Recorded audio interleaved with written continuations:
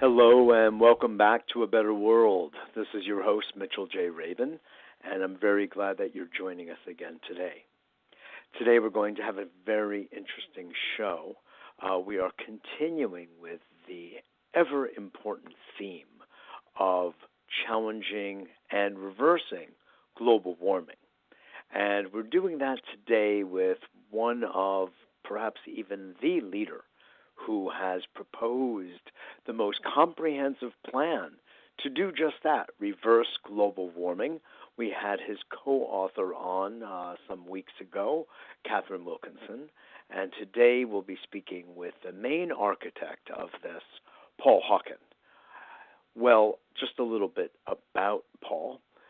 He is an environmentalist, of course, entrepreneur, author, and activist who has dedicated his life to environmental sustainability and changing the relationship between business and the environment. He is one of the environmental movement's leading voices and a pioneering architect of corporate reform with respect to ecological practices. His work includes founding successful ecologically conscious businesses, writing about the impacts of commerce on living systems, and consulting with heads of state and CEOs on economic development, industrial ecology, and environmental policy. Paul is executive director of Project Drawdown, a nonprofit dedicated to researching when and how global warming can be reversed. I repeat, reversed. Very powerful. The organization maps and models the scaling of 100 substantive technological, social, and ecological solutions to global warming. Paul has appeared in numerous media, including The Today Show, Larry King, Talk of the Nation, Charlie Rose, and has been profiled or featured in hundreds of articles, including in the Wall Street Journal, Newsweek, Washington Post, Business Week, Esquire, U.S. News and World Report, and he is the author of numerous books, one of which inspired me from the very beginning of my life, really, my teenagehood, and that was The Ecology of Commerce, which was basically a proposal to the business world, the business corporate mindset, that doing things right, in this case, ecologically sensitively, ecologically and environmentally consciously, and humanely, was the best route for business to take. Because when so doing, while it may be a bit more costly up front, goods may have a higher price tag on them, the long term was much greater profitability, much greater, and multiple bottom lines, not just dollars.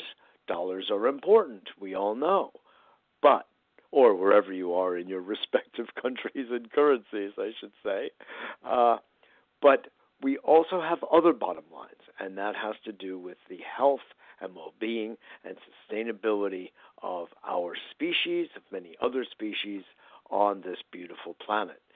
So if one does not recognize that as a return on investment, one is really missing out, because that is what supports life itself. So I'm very pleased to have Paul joining us shortly. He's, I can see, running a little late, but I will get him on as soon as possible. So just bear with me while I reach out, and I'll play a little intro music in the meantime.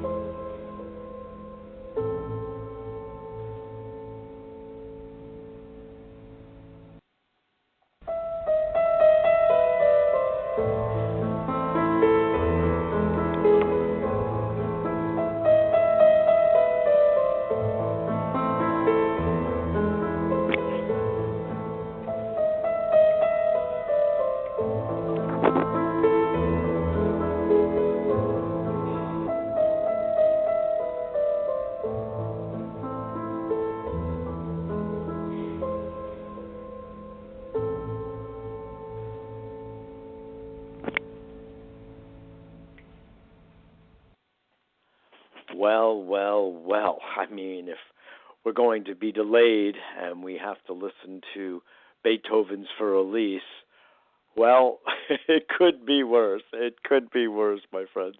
Anyway, I'm very glad that you're joining us, and Paul has obviously run a little late, so he'll be joining us at his soonest.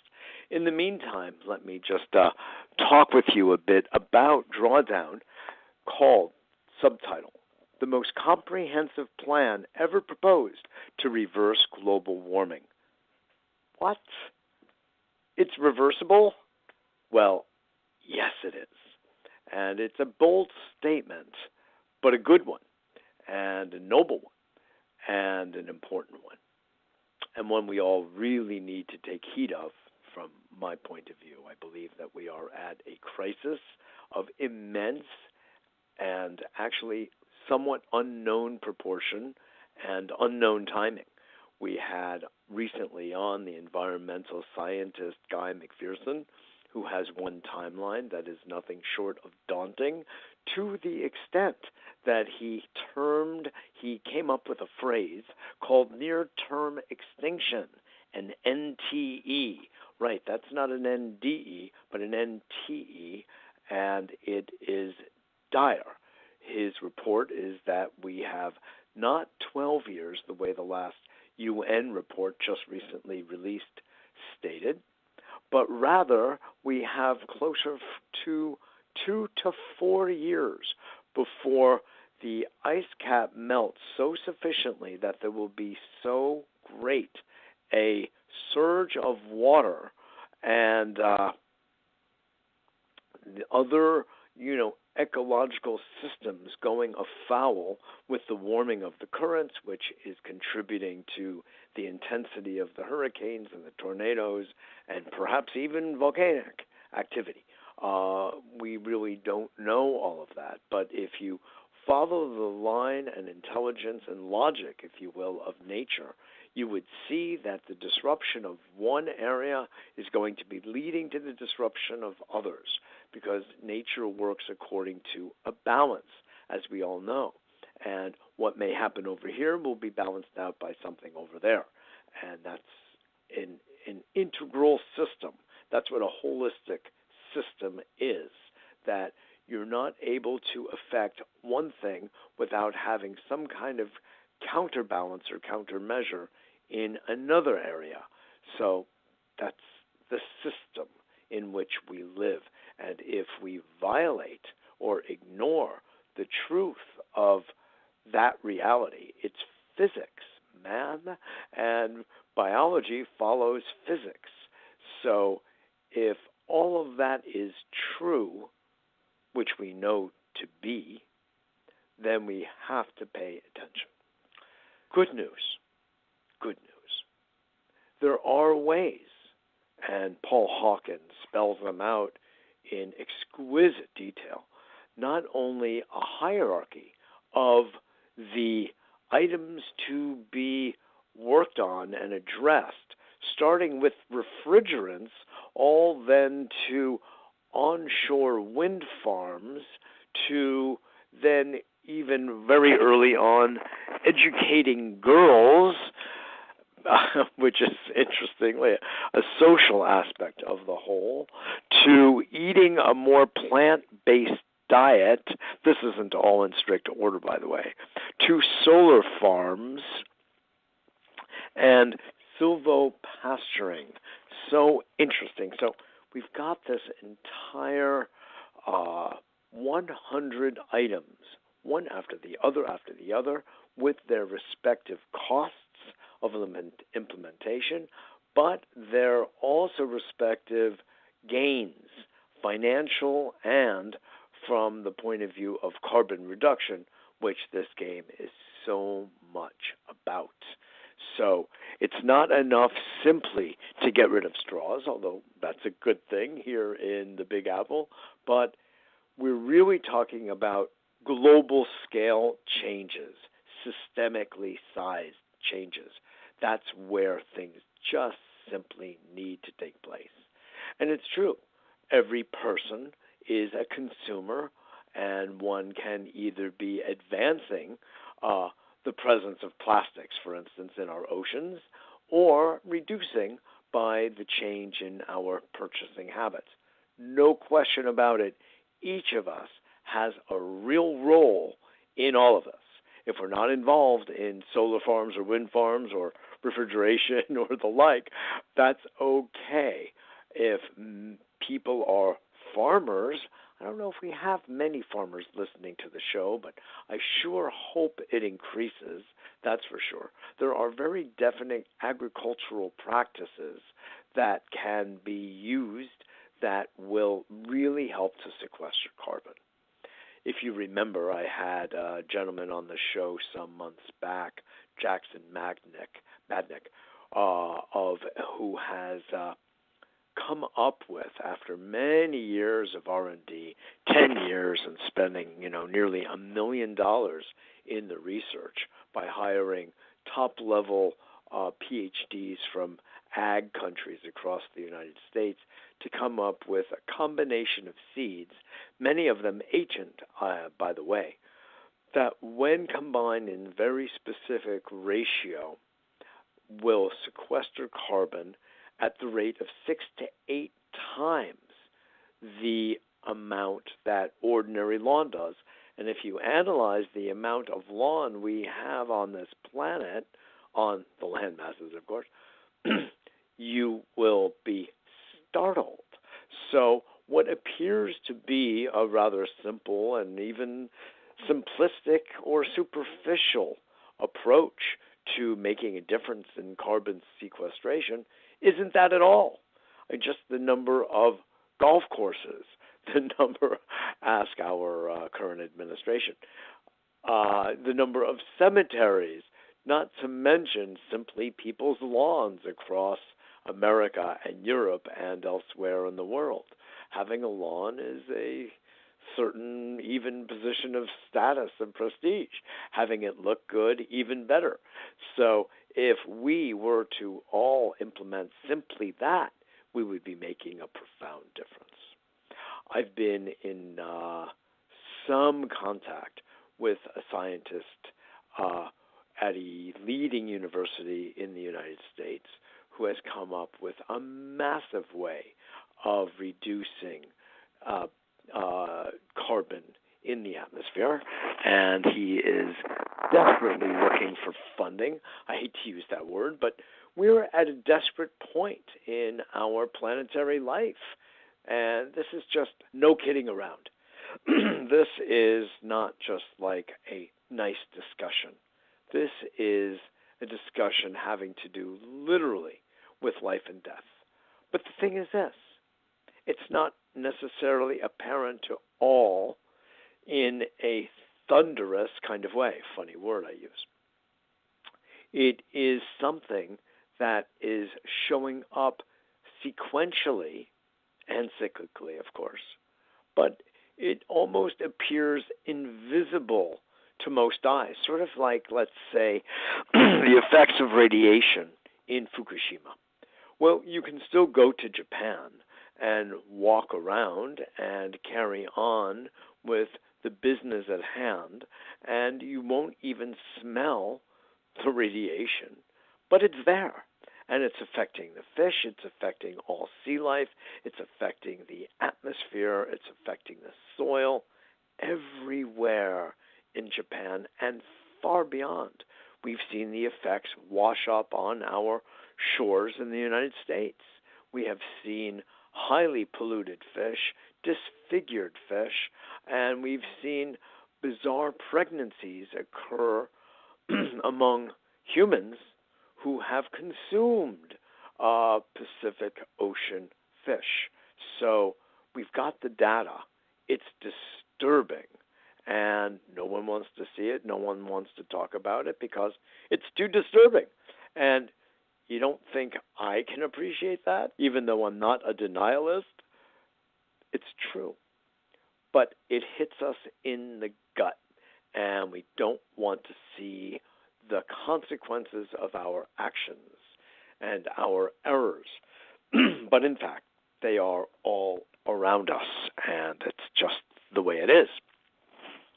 We have to reckon with that. So, wait a minute. It looks like, okay.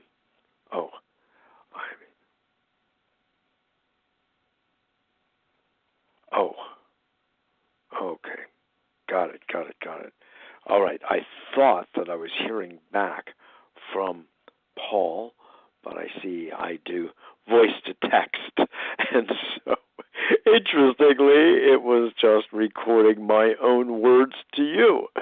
So he obviously got held up. He shot me an email just this morning saying that he would be available this morning if I were able to put this together, and I was, and yet something must have come up on his schedule last minute, which has prevented him from getting on, although I am going to reach out one more time. So if you don't mind, a little bit more music, and we will go from there.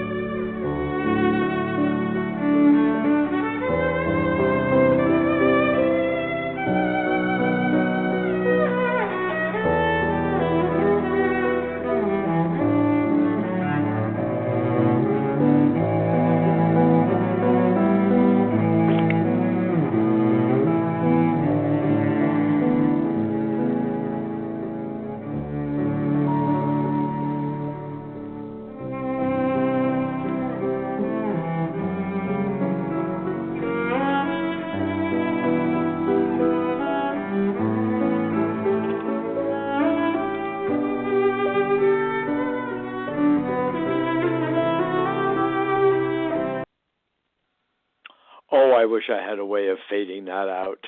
So my apologies to you.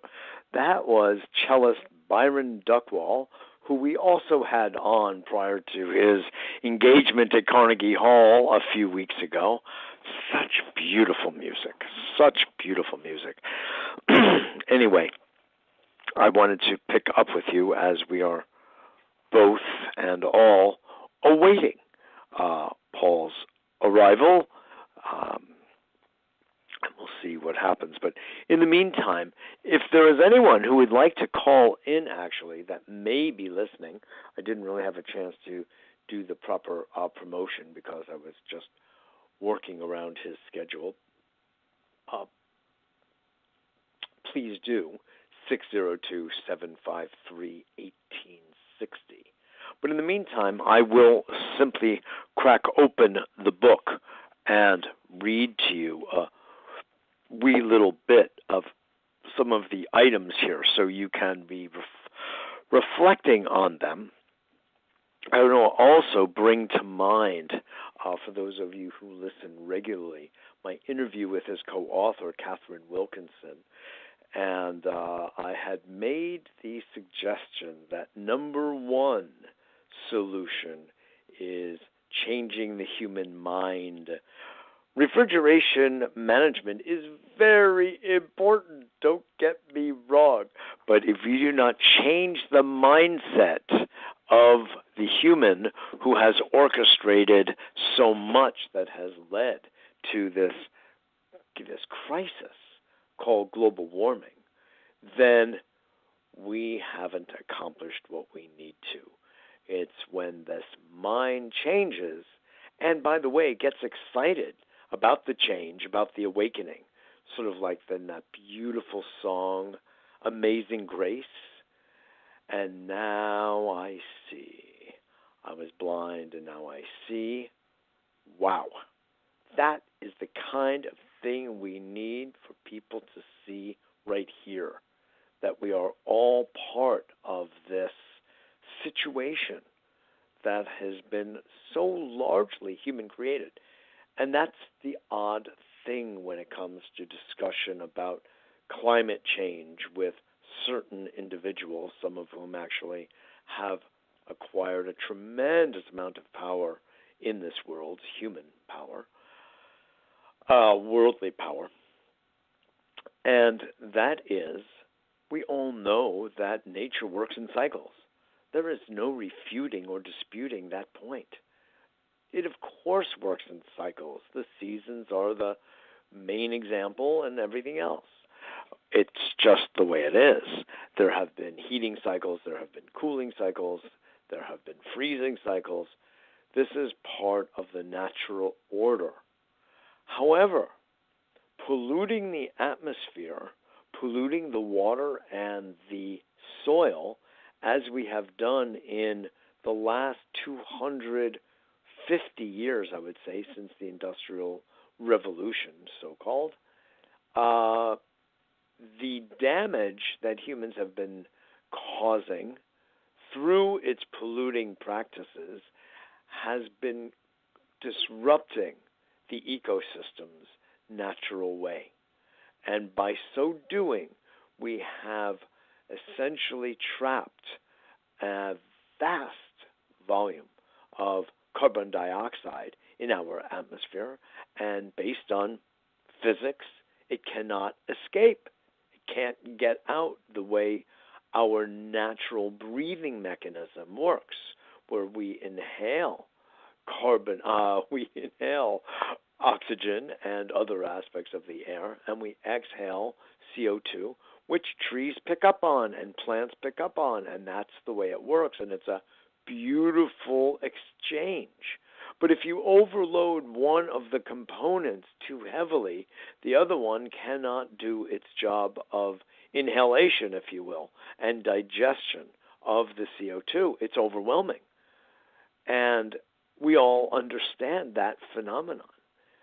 So that's what's happened in this case, to keep it very, very simple.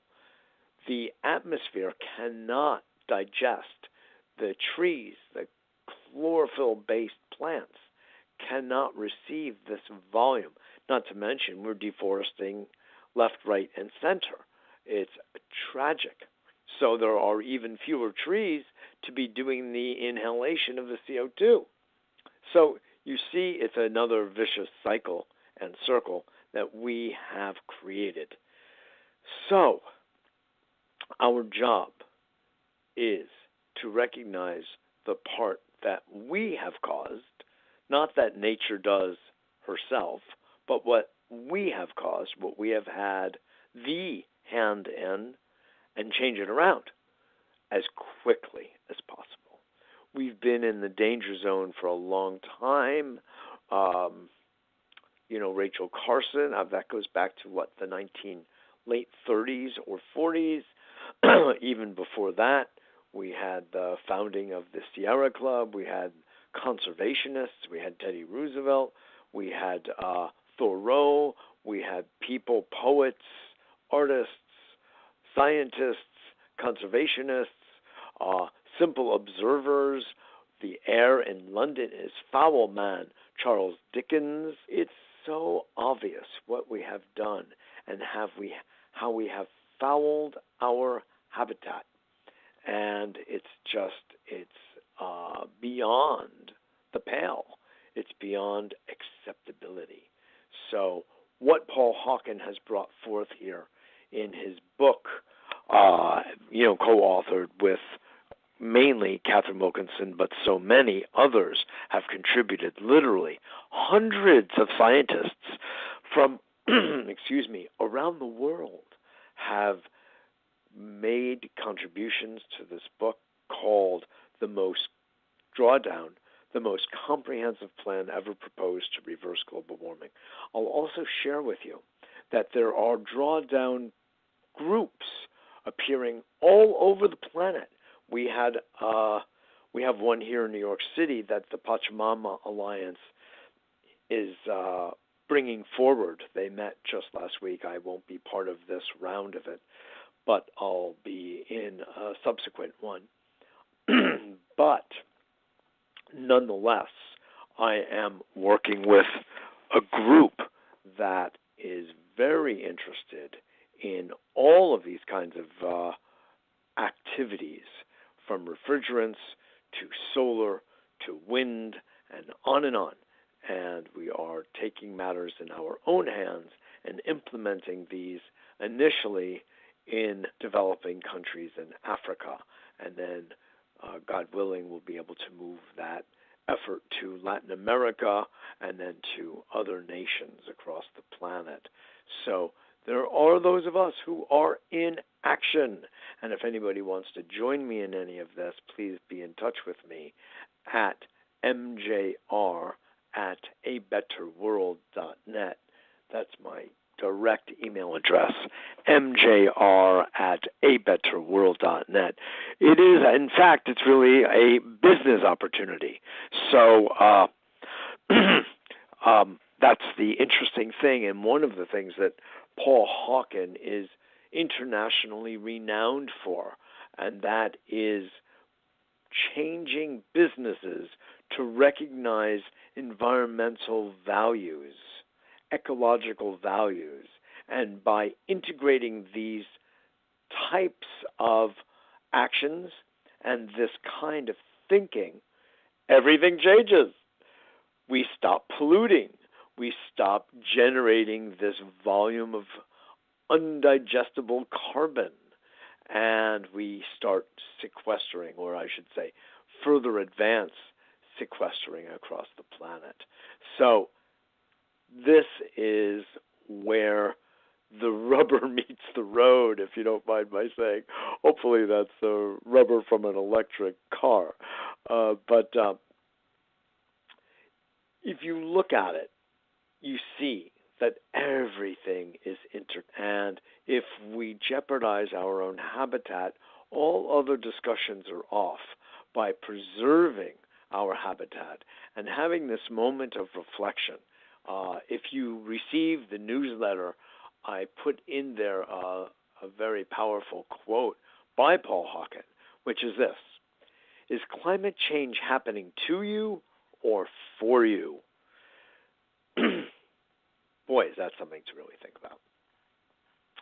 So he is really beckoning us toward this idea that we seriously reflect on what we have done as a collective, that is, and can we see this as an opportunity for our own full awakening, our becoming fully human and fully responsible as stewards of the planet?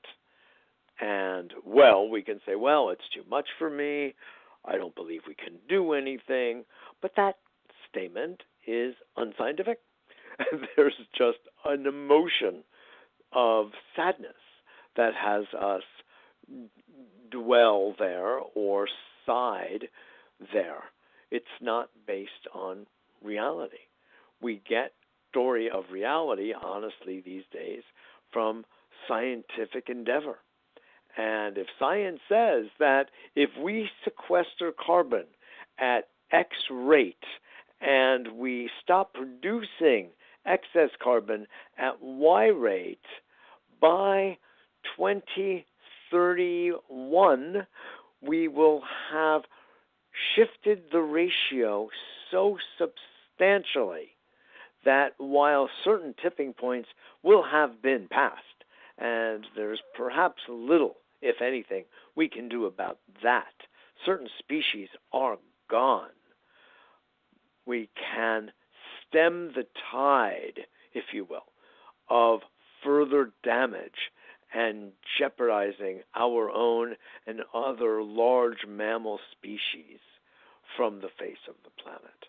We can stem that tide of the marine life and coral reefs utterly, completely shriveling up and dying, literally changing the ecosystem radically, that it is no longer sustainable for life. Well, our life on the planet. So, that's what we're dealing with here. And so, isn't it up to all of us? Well, you know it is. We all know in our heart and soul it is. And since we made the mess, it's up to us to clean up the mess. And in this book, Drawdown, I think I was the publisher. I'm announcing it so much here, but it's only because it actually does contain the seeds of success here. That's the way I would put it, the seeds of success. Drawdown, the most comprehensive plan. And if you pick it up or you get it on Audible Books or what have you, whatever suits you. In fact, it could be that the entire book is on the Drawdown website. So check that out. I was told it was there, so you don't even have to go out and buy it. It's a nonprofit organization anyway, so the idea is to give this intelligence and this guidance to everybody. So please also tell your friends. You can forward them this show as well, or dig back as well to the one I did with co-author Catherine Wilkinson, which is just very delightful. And I'm beginning to get the impression that Paul has been stolen away by some other activity that he was not anticipating at all. After all, it was very early in California when he said he would be available and could be and wanted to be, so in effect. So I can only presume that that's the case because he has not responded to email or to text. So that suggests to me, although I'm going to take a little peek right now as I speak to you, and oh dear, it's great. Oh.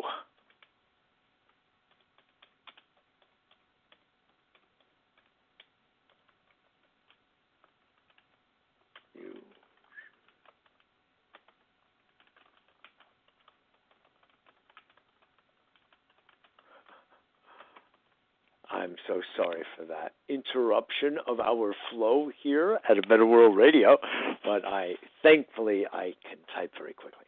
Anyway, he actually did write back and said that he was having some trouble getting in, so he has been around, and he will doesn't accept. Okay. You know what I'm going to do? I'm going to put you all on hold once again. Please pardon me, and I will patch him in myself directly.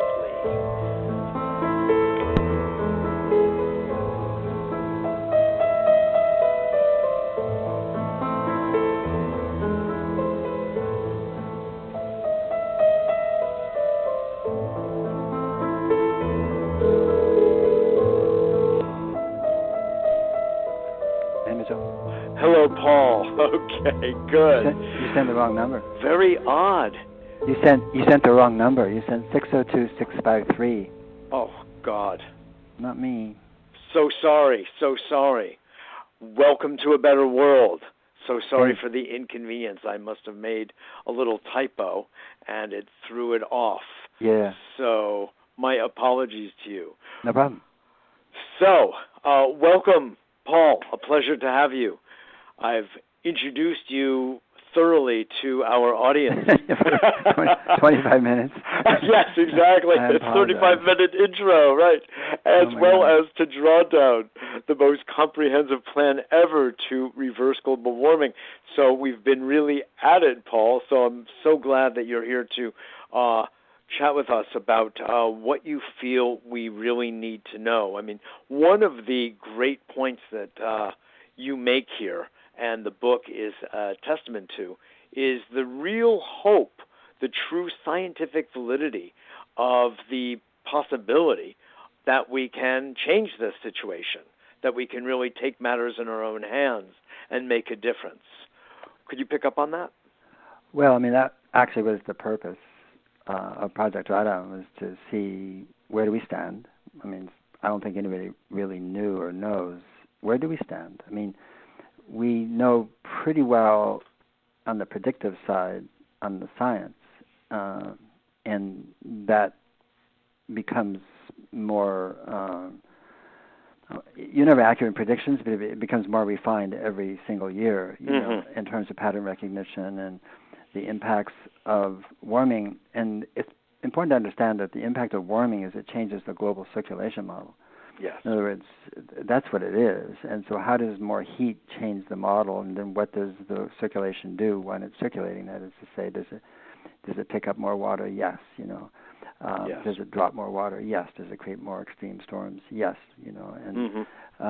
And does it create drought? Yes, because circulation's moving. It's moving away from, you know, traditional patterns of rainfall.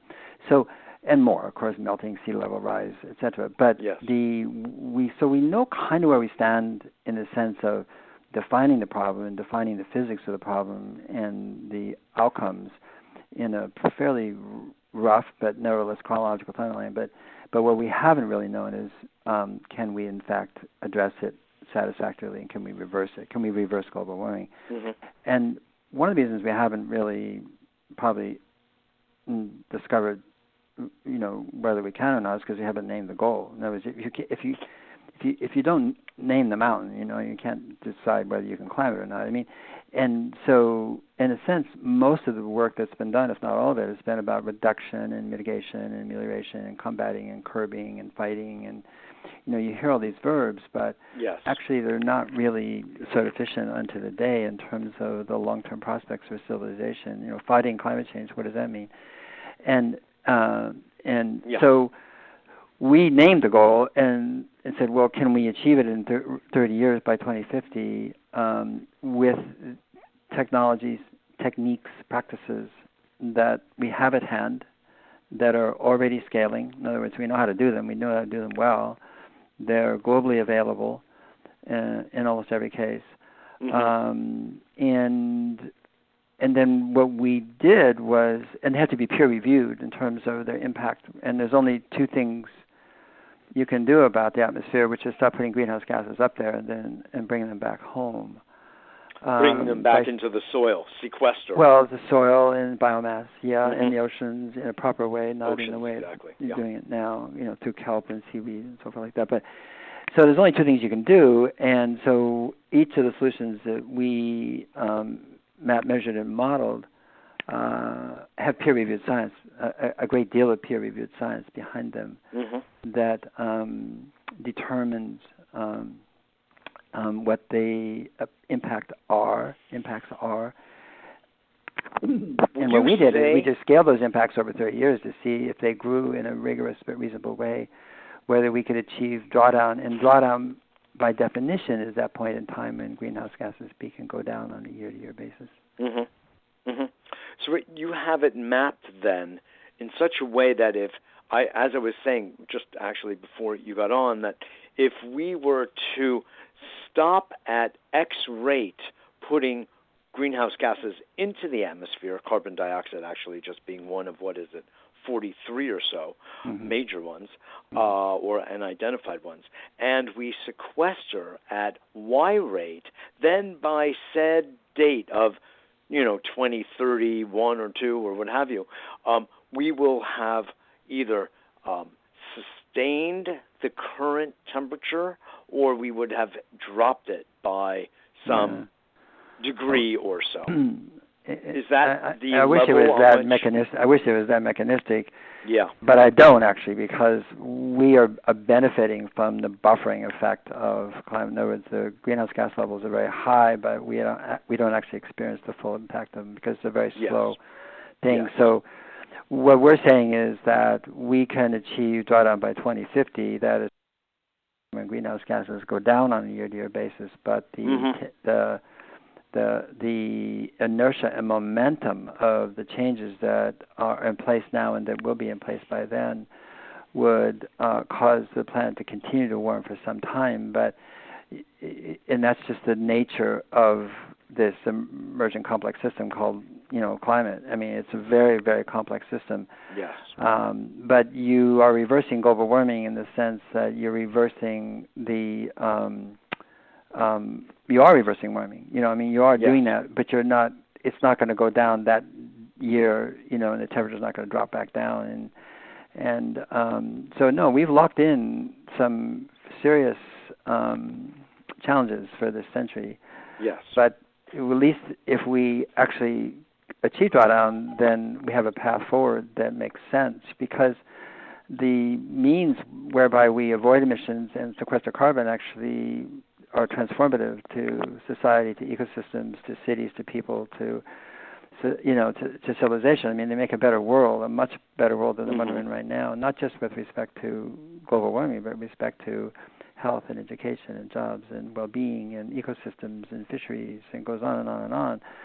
So it's not like we have a book that addresses global warming. We do, but you could take global warming out of the picture and say, what if we didn't care about that, or didn't know about it, or didn't understand it? And you would still want to do 98 of those 100 of these solutions. things. You know, you're bringing something to mind, Paul, which is that when I have entered those entangled conversations with people who have issues with, it becomes like a religious discussion.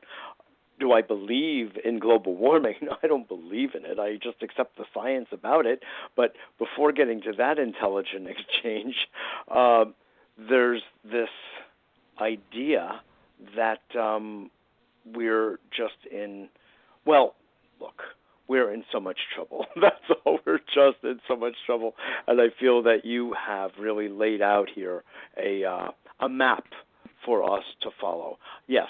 What I wanted to say is, I say let's leave the entire discussion of global warming aside.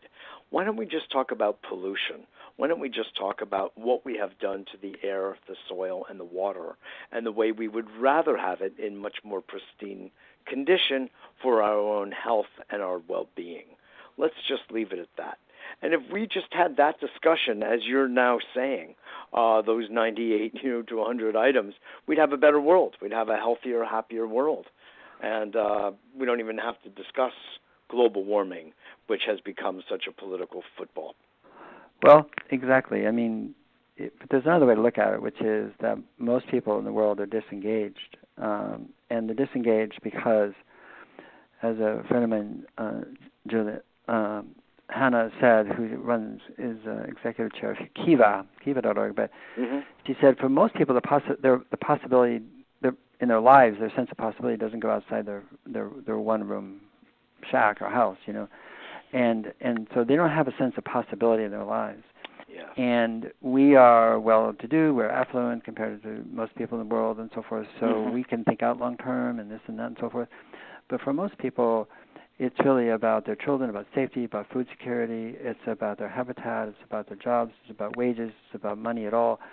And so they're not interested, not because they don't have a heart or compassion or brains, but because they have to deal with the survival. First things first, which is survival on a day-to-day basis. So I mention that because the tendency has been to talk about climate as a future existential threat, which scientifically is absolutely true. But that's not a motivating thing for the world. You're not going to motivate the people by talking about, mitigation in 32 years from now, 2050. It just doesn't. It doesn't ring. No. And the only way we're going to reverse global warming is to address current human needs. That's what. If you look at these solutions, they address current human needs. And so it's. The next book that's coming out is called Regeneration, How to Create 1 Billion Jobs. And what we're saying is that when you make an economy more complex in the sense of it being more sensitive to both sky, earth, and water, to people, place, and culture, what happens is that all the outcomes change in terms of health, in terms of education, in terms of economic polarization, in terms of power, in terms of all those things change in a really beneficial way, but mostly you create a situation where there could be more jobs than people, and until there are, people are going to feel disvalued. They're going to feel like they don't have any self-worth, and that leads to tremendous lack of self-esteem and self-respect and so forth. And we are the only species, Mitchell, there's 10 million species. We're the only species without full employment. And so we've created this kind of weird economy, where we tell some people they're not really needed, and then act it out. And so what we're looking at with Drawdown, you look at those solutions, there's many more. We were limited by page count. Mm-hmm. But, I mean, there's many more than that, hundreds or more. The fact is that they're transformative in terms of our society, in terms of our culture, places, cities. They're transformative in terms of people's ability to get to create jobs that are living wage jobs, to give them a sense of purpose and meaning and self-respect and respect from their children, their family, and their community. And that's what people need. Absolutely. And until we marry that with the emergency that's at hand, I don't argue with that one. I absolutely agree with everything that's coming out from the IPCC. It's extraordinary. But until we marry those two, then we're going to have a very well-educated elite in certain urban centers around the world and so forth talking about this and being very, very concerned and upset. And then we're going to have the rest of the world saying, where's my rice going to come from today? Exactly. There's a major disconnect is what you're saying. Yeah. And we can't afford it, and we can understand it because, as you said, we have the leisure, if you will, to reflect on our current situation and project into the future. And if other people are projecting only on what they're going to have on their dinner table the next day, they don't have that same luxury, so to speak, that we have. Each of us would be no different than them. Yeah. In that circumstance, yeah. In my dialogue recently, Paul, with your co-author, Catherine Wilkinson, I said, for all that I completely adore the amazing work you put together, I would like to add, if I could, a suggestion that, number one, not be refrigerants, but changing the human mind. Well, then you have to go to our methodology. The reason the book, I think, has done well is because there's objectivity, and we aren't really proposing. What we're saying is the most comprehensive plan ever proposed to reverse global warming, a cheeky, brash title if ever there was one. But actually what we're saying is that humanity has a plan. There's a collective wisdom here. Okay. Yes. And so our methodology for fended against bias. We all have bias. I think we ought to. I don't like whatever. I think nuclear power plants are the stupidest thing you could ever imagine to boil water. We're full of opinions. It's like, come on, you kidding me? Whoever thought of that? Okay, so that's my opinion. Okay, and I am full of opinions. Okay, yes. But the modeling we did, we had over 200 people working together, collaborating all around the world and so forth. Eliminated bias. So it's not what I think and so forth. So the first one you're talking about doesn't comport to the methodology, which has to be peer-reviewed science. It has to be economic data. Has to be well in hand, and it just doesn't. There's other things like carbon pricing that's not there. Why not? It's a policy. It's not a solution. People say yes, it's a solution. Well, it abets every solution in Drawdown, no question. Every solution would accelerate because of carbon pricing, so it's fantastic. Yes. But it is not in itself a solution because if we weren't in this situation, we wouldn't need carbon pricing. We wouldn't need carbon pricing. No, I understand. You're adhering to, and I'm saying it a little tongue-in-cheek on one hand, but you are adhering to very strict, as you said, objective criteria based on which we can literally change the carbon ratio, which is what we, of course, need to do so dramatically. But then you brought in the idea of meaning in people's lives and self-esteem and self-confidence and all that, which is, you could call the more subjective space. So in that lineup, I would say change the human mind, if you know what I mean, because it's what has led, non-objective as it is, it has led to the crisis we find ourselves in right now. But in fact, you also bring up the education, what is it, number 7 or 8, of girls. 6, yeah. Yeah. Well, educating girls is just one pathway to family planning. There's 100 reasons to support the education of young girls in the world, all 98 million that are not in school that should be. Yes. We just said, by the way, did you know, that a girl who is allowed to become a woman more on her terms, which is to complete a high school or better education, has an average of 2+ children instead of 5+ when she's pulled out at puberty or pre-puberty. So, that's the UN has done that. Those are UN numbers. That fact has been known for 40 years. This is nothing new. We just said, hey, You know, Right. you put two and two together, and that is a type of family planning. The other type of family planning is family planning clinics, you know, for women who available to women everywhere for their reproductive health and well-being. And so you put those two together, and you have the number one solution. Would be the empowerment of girls and women is the number one solution. It trumps refrigeration. So it depends how you look at it. We're not into number one so much. You know, it's like if number three is food waste. If you calculated, which we cannot do, the methane emissions from food that's landfilled, it's called methanogenesis, and methane is 28 to 34 times more powerful in its global warming potential than CO2. Yes. That would be number one, you know. And then, I mean, you can just, you know, and then you put on and offshore wind together. That would be number one, you know, so forth. So, I mean, it's not so important, you know, number one, number two, number three, you know. It's 4, 5. But it's important is that it's a system. And the system caused it, and it's a system that heals it. So we say there's no such thing as a small solution either. You know, I mean, you have to look at them all.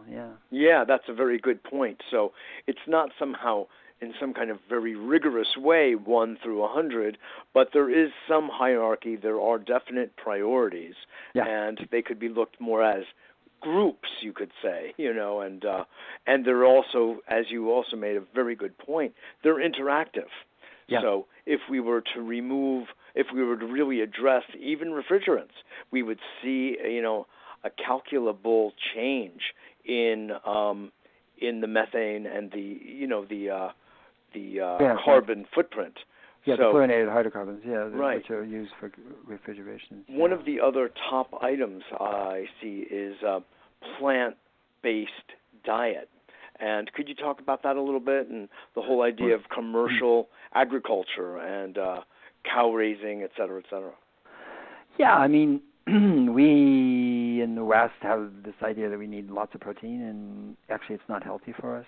So we tend to eat 90, even 100 grams a day when 50, 55 is the recommended amount. And much of that protein comes from meat, you know, pork, obviously, beef, dairy, chicken, and those, you know, the industrial production of meat is, I mean, it may be the largest contributor to global emissions, but if it's not, it's right up there with transport.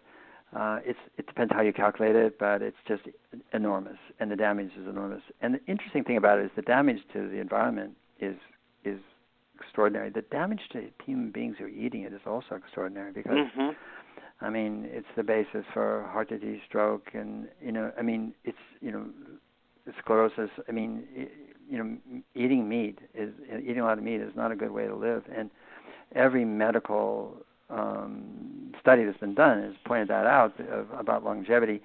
I mean, if you're Inuit and you live up there, well, for sure, of course, you know, that's the food of the place, you know, you have. Yes, but it's indigenous. Yeah, but for the rest of the world, most of the world, you know, it doesn't make sense. And so a plant-rich diet, we didn't say vegan, we didn't say vegetarian, we didn't even say, you know, non-carnivorous. We're just saying is that if the world moved and to a proper amount of protein intake, 50, 55 grams, in other words, that's a reduction in the West, and improved that intake in those countries and places where people are getting insufficient amount of protein, and that we moved to more plant-based protein than meat-based, the impact would be enormous, just enormous. And again, it's one of those things like our waterways and dead zones in the oceans, and, you know, I mean, it just goes on and on and on. GMO corn and soy, which is basically fed to cows and pigs, you know. So the consumer has a big impact on changing a lot of things by changing what they eat. Yes. Now, do you draw a distinction, Paul, between commercial, industrial cattle farms, pig, poultry, et cetera, and let's say, you know, you said that most people don't leave the habitat of their little hut or shed or small home, let's say, if we're looking at developing countries across the planet. that have their own few chickens, or if they're considered wealthy, they have a cow or a few pigs. So are you at all making a distinction between that kind of natural habitat for animal husbandry and the industrial? Yeah. We are talking about CAFOs, confined area feeding operations, where meat is industrially produced. Actually, we also have, managed grazing or pulse grazing, or there's another lot of terms for it, but where, animals are grazed, the way ruminants naturally graze, which is they're migratory, so they don't stay in one place. Mm-hmm. We have, that solution as well, and that actually is a restorative solution in terms of the climate. And so, we do make a distinction, and we're not saying don't eat meat. That's your business, not our business. Our business is not to tell people what to do. Our business is to show people the things that we can do that have a tremendous impact, both on global warming, but also on cascading second and third order effects, that affect their lives and the lives of their children. Yeah. Well, it's so wonderful. Is there a particular one or few that so surprised you as you were assembling all of these data that you went, oh my, that you just were kind of caught unawares of? Well, I guess the thing that I would say is this: that we all had biases. We knew the top, quote, quote, knew. I mean, we didn't, but what the top 3, 4, 5, 6 would be. We knew it. Yes. It'd be solar, it'd be wind, it'd be electric vehicles. We thought managed grazing actually would be way up there. I did anyway. And by the time it came out to Paris, the COP21, and we began to think. I began to think personally. I was thinking, I'm not so sure we do. And I actually teased friends who went there, and I said, ask anybody if they know the top 5 or 10 solutions to reversing global warming. Not in order. Just it doesn't matter, random. But and I started to ask people, and no one knows. No one knew. No one knew then. So here we are. At that time, 27 years into the IPCC, Intergovernmental Panel on Climate Change report, and there wasn't one person in the world that could name the top 5 or 10 solutions. Now, you can go back and push back on Drawdown and argue it just like I did myself, in terms of, well, this could be a number 1, that could be number 2, but they're all up there. Mm-hmm. I mean, in some form or another. And it's just, to me, what we discovered is just so astonishing that after, all these years, we didn't know. And so for me, the whole darn thing was a surprise. Refrigerant management being number 1, and reduce food waste number 3, and plant rich diet number 4, tropical forest 5, educating girls 6, Right. Silvopasture number 9. People don't even know what it is, Right. And in fact, why don't you tell us? Well, it's 8 of the top 20 solutions are food related. Again, who knew? Peatlands, number 13 is, tropical staple tree crops, number 14. It's like, I mean, which actually gives you a sense that there's so much we are doing and can do. There's so much possibility as opposed to, solar, wind, and Elon Musk. Somehow our future rests in their hands. And it doesn't. True. It rests in everybody's hands. Yeah.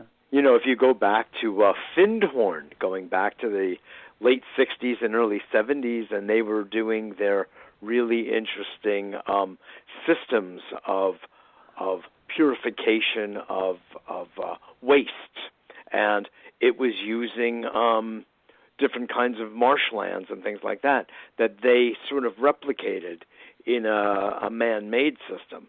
Even the work of in Woods Hole. What is the that's name? John Todd's work. That's right, Todd's exactly, work. Todd's work. This is going back, 40 years and more. Right. And this was knowing the way of ecosystems. Even think about Rachel Carson, for that matter. So it hasn't been a loss of information about the way nature works and the way nature seeks to preserve herself, and therefore all of her creatures like ourselves, even though we're a bit harder to deal with. But what I just so admire in the work you have done is you have taken the time to really assess, as you said, the objectively assess with peer-reviewed work what a reasonable order is that we can move through. But not only that, you also list the cost. I'd love for you to talk about that for a moment. The cost of implementation and the cost of the savings that would be realized, both in dollars as well as in the carbon reduction. I will. I have 2 more minutes, though. Because okay, fine. No, I'm sorry, because we're late and I have another interview.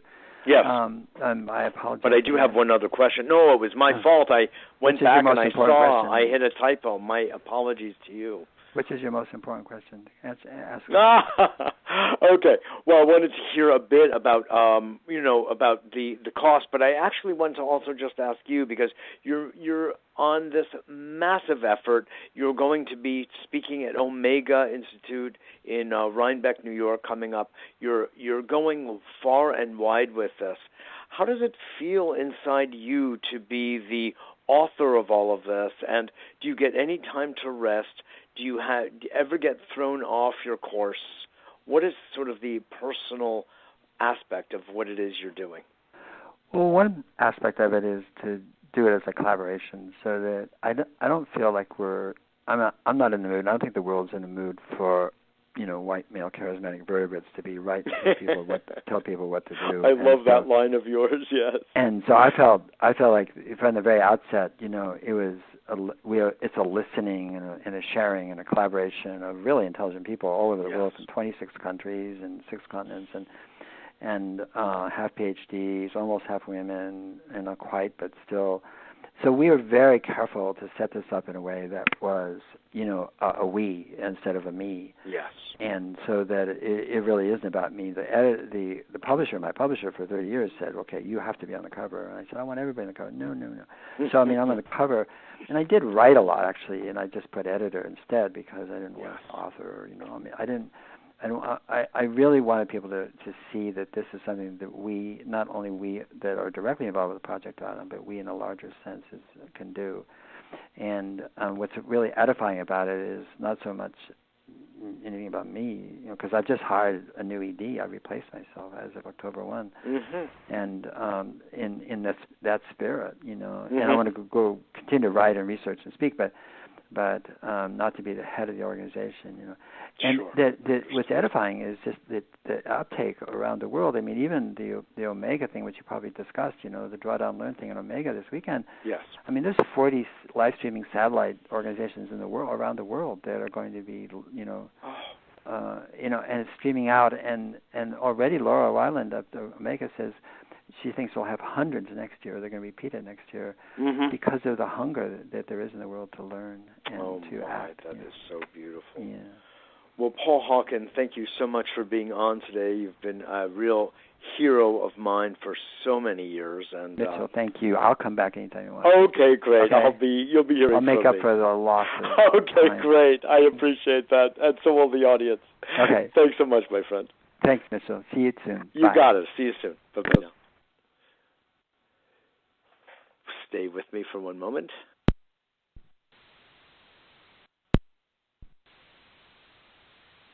Okay, I finally figured out a solution how to get Paul Hawken on our call today. So it was my fault, folks. It should be said. I saw that I had made one typo in the phone number, and that led to my lengthy introduction of him, during which I was able to extol his virtues and express my appreciation of his excellent work over the course, literally, of decades. And this kind of leadership is of such value. And he made so many good points just now, but just to reiterate one that he made about most people in the world are truly on a level that they are concerned about their meal next day, or even later in that very same day. They don't have the means of self-support, of sustaining themselves and their families. And this is so much a problem. And without which addressing, we really don't have the movement that we need to make a huge, huge, huge difference. We need to have everyone in some capacity involved. So just the fact that people's sense of self-esteem and self-confidence and usefulness, we all want to feel that we have a usefulness in this world, out of which we generate our own sense of purpose and meaning. I mean, I talk about this all the time to my students, my listeners, and my clients, because this is the heartbeat of our lives. As he also said, we're the only species that has an unemployment rate. I first heard that idea expressed in the film Urban Roots, about a group of economically challenged people, largely black, in Detroit after the mass exodus of the auto industry, started growing lettuce and tomatoes and peppers in public parks and on the lawns of foreclosed properties, abandoned sites. And before you know it, they started generating food for themselves and their families, and the surplus they would sell at farmers markets. It's totally ingenious, very productive, very meaningful, to the extent that then prisoners who were getting out of being released from prison after serving their terms, this became part of their reintroduction to society, and they had a job automatically. Same with people in drug rehabilitation programs. They would get their hands into the soil, so beautiful, and they would become a meaningful part of the enterprise and of society while generating that funny thing we call money. So that's what we have here, and in that film, one of the fellows said, "I never saw a bird who wasn't employed." I love that line. I never saw a bird that wasn't employed. Everyone sings and everybody eats when it comes to other species. So why should we be excluded? So Paul made reference to the subsequent book coming about employment for the billions, did he say? For $1 billion? That's interesting. That brings to mind Van Jones' The Green Economy, where he was making a huge pitch for solar and wind jobs and the like. And there's an enormous and growing and flourishing industry around renewable energy and moving green, so to speak. I've got to tell you, to hear President Trump on 60 Minutes last night with Leslie Stahl saying that, global warming may be kind of real, but it's not a complete hoax, so thank you, Don. But I don't want to lose trillions and trillions of dollars, and he's talking, of course, about the oil industry, and related ones. He just simply doesn't know. I mean, no one apparently has had the conversation with him about how incredibly lucrative and job-rich the green and renewable worlds are, and all that Paul has brought forth in this book with his colleagues called Drawdown, where the employment becomes massive, just massive. And this is the kind of thing we need to just get our politicians on board with. They just need to read a little bit of the long-standing material, the documentation of how economically advanced this approach to business is. As I made reference earlier to Paul's book, The Ecology of Commerce, which was what turned was very influential on me. I had already actually, as a teenager, began connecting the dots about doing things right. I was already demonstrating at age 14. My father had to drive me to the demonstrations in Bridgeport, Connecticut, where the smokestacks were running wild with our air, and I was aghast, just simply put, just aghast. It wasn't that I knew the science. I just knew the sensory experience of seeing black smoke instead of, just fresh air, and I smelled it. So it doesn't take a rocket scientist to see that we're doing something far from healthy, far from normal, far from natural. So that could be enough impetus.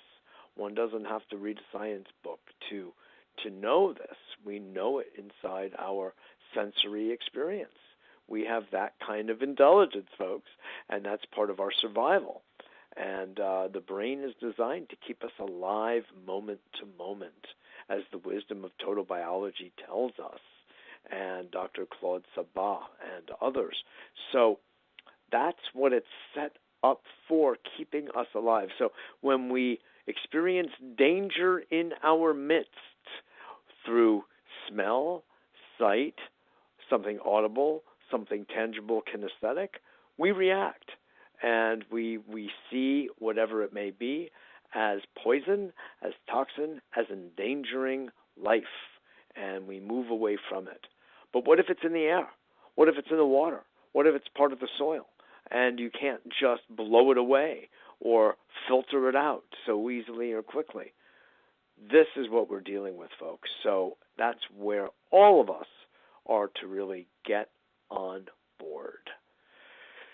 So I want to just thank you all for listening today, and I'm so sorry that Paul was delayed on getting on with me, and it was my error, so again, my apologies, but I sure hope you enjoyed the time that he was on with us, and certainly we will have him back again to further explicate the points that we can all have a role in engaging in. And I recommend that you go to the Drawdown, Project Drawdown website and look into it yourselves and see how you can, as he was saying, that there are going to be 40 satellites hooked up through Omega, live streaming to all corners of the planet.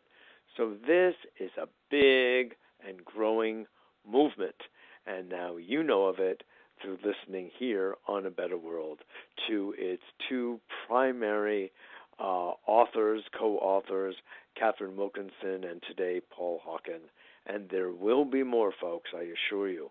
As I also mentioned right before Paul joined, is that there are drawdown groups popping up everywhere of people getting educated and then people implementing as best they can within their scope the actions needed for sequestering, as he put it. There are two actions.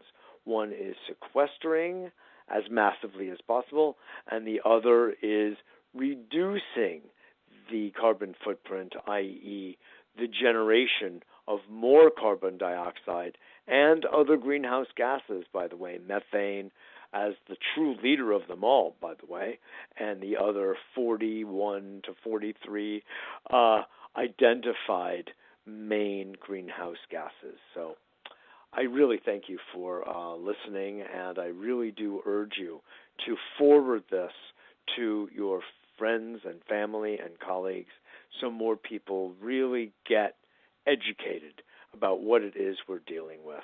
We don't want to dwell on the horrors before us. If we do not, we've done that already.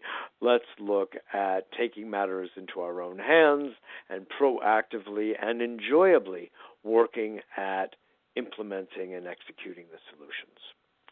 So on that note, I want to just remind you all that A Better World is also a nonprofit organization, and your contributions and investment in a better world is so appreciated. contact me at mjr@abetterworld.net for information about how to go about that. Donations are tax deductible, and as you know, we have a series of different products and services here, from executive and communications coaching to stress management consulting and biofeedback, as well as classes, events, and the like, DVDs of our interviews.